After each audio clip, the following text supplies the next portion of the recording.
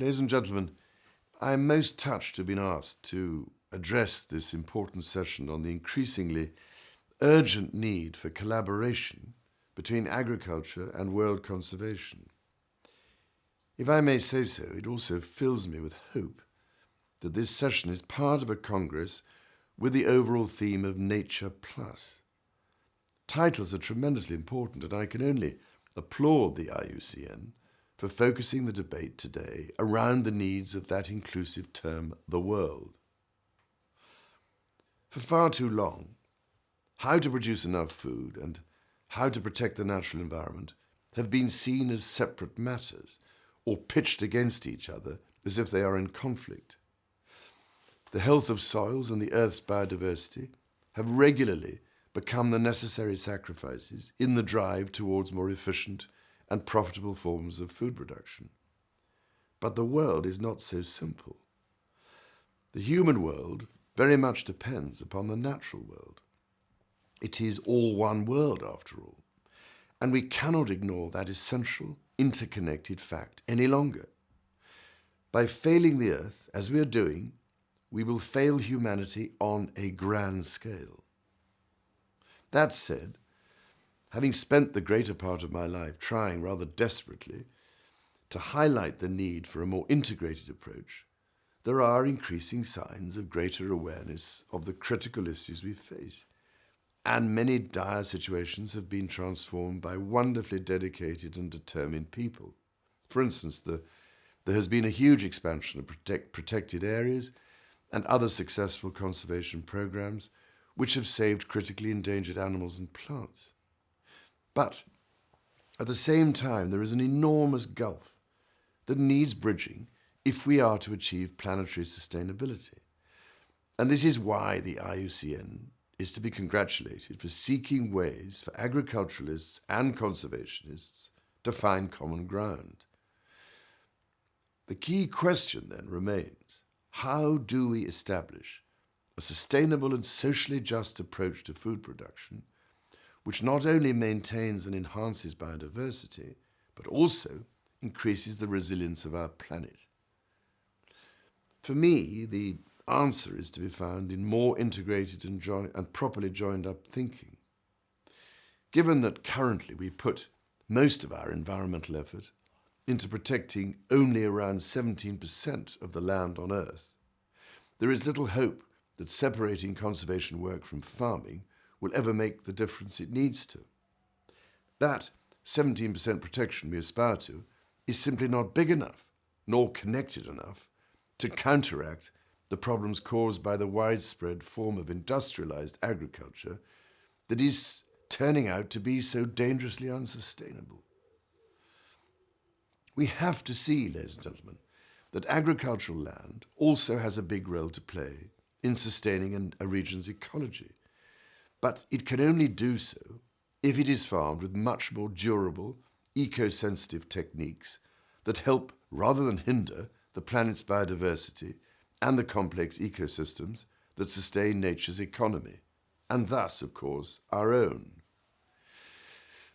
These agroecological techniques are the ones that often form part of an integrated, traditional form of agriculture that is still used in those parts of the world where the industrialized alternatives have yet to arrive, or where they have been reinstated either by farmers who see the wider benefits of adopting an ecosystem-based approach to farming, or by those in the scientific community who have studied the way many indigenous communities manage their agricultural land and water systems in ways that are in tune with nature's cycles. Now, I have been particularly fascinated, for example, by the work of a remarkable man called Alan Savory in Zimbabwe and other semi-arid areas, who has argued for years against the prevailing expert view that it is the simple numbers of cattle that drive overgrazing and cause fertile land to become desert. On the contrary, as he has since shown so graphically, the land needs the presence of feeding animals and their droppings for the cycle to be complete, so that soils in grassland areas stay productive, such that if you take grazers off the land and lock them away in vast feedlots, the land dies. Ultimately, his form of farming is one that mimics nature by managing domestic livestock to behave more like the migratory wild herbivores that co-evolved with these arid savannas, and thus does not separate conservation of the land from the process of farming it. It is this kind of nature-based approach to finding solutions that needs to be fostered. This is why I am afraid I become increasingly anxious when I hear certain kinds of jargon becoming more popular. I'm thinking in particular of the phrase sustainable intensification. Of course, I'm sure those who devised it intended such a phrase to refer to the careful process of enhancing the productivity of all the commodities that we need. But on the face of it, the phrase harbors a dangerously suggestive contradiction in terms, one that distracts from what we should be doing, which is to intensify sustainability.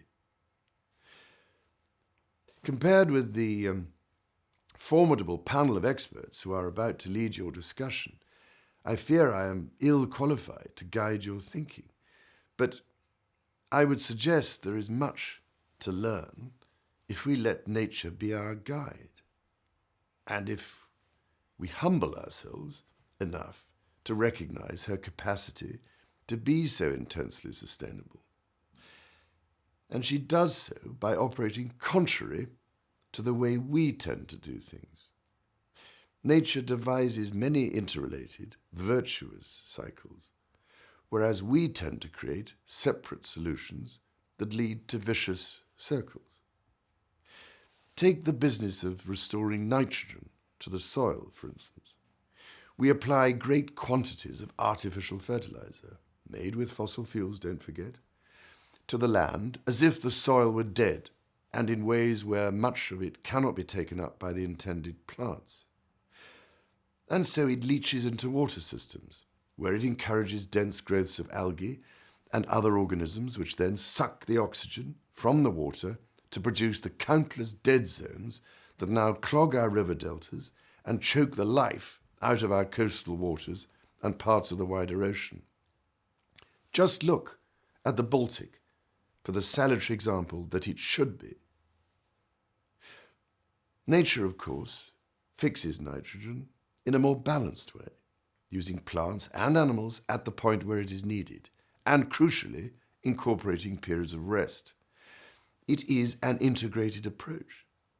And what is more, not only does nature keep the entire system continually durable, she also avoids severely depleting the world's deposits of phosphorus and potassium, which is what we are doing so carelessly, leaving nothing for future generations.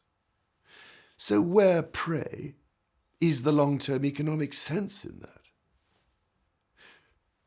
Long-term sense will only emerge when we manage to bridge the existing gulf between environmentalists and sustainable agriculturalists and recognize that oases of conservation amidst a desert of industrialized intensification are inherently unsustainable in the long term. So, ladies and gentlemen, as you deliberate this difficult question, perhaps you might consider how to ensure that things like biodiversity corridors might link the larger conservation areas and thus include farmland in the equation. And also whether there is a way of creating structured opportunities for workshops to be established that bring together local communities, private sector companies, NGOs and government representatives in order to develop more integrated solutions that could help to avoid the alarmingly dangerous process of breaching one planetary boundary after another, thus leaving ourselves mortally exposed to increasingly extreme shocks and catastrophes. It is incidentally an idea my International Sustainability Unit has already deployed very successfully to find solutions to other issues such as sustainable fisheries and valuing forests. It is a model which may help to encourage the right framework within which to nurture effective, practical ways of bridging what remains a very serious worldwide gulf. Ladies and gentlemen, I can only pray and hope that your discussions are fruitful, and I look forward to hearing the outcome of your very important Congress.